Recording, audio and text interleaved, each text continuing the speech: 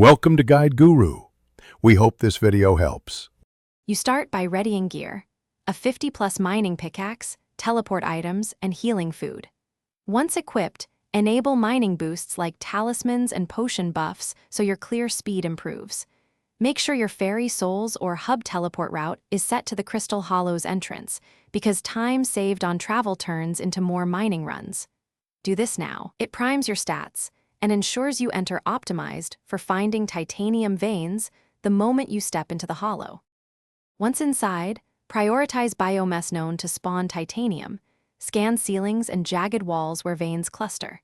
You should use prospecting tools like Mining Aura and Fortune and chant on your pickaxe to increase drops, and higher-tier picks break ores faster. This matters for rare titanium spawns. Make sure to clear neighboring blocks systematically so you don't miss connected veins.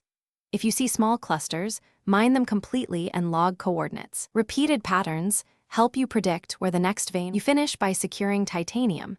Smelt or deposit ore to the bank and note your run details so patterns guide future attempts. If titanium spawn rates are poor, change servers or exit and re-enter the instance to respawn nodes. This reset often fixes low drop sessions.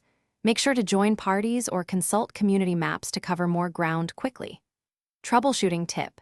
If you still see no veins, clear cache and relog. Sometimes client sync issues hide blocks from your view.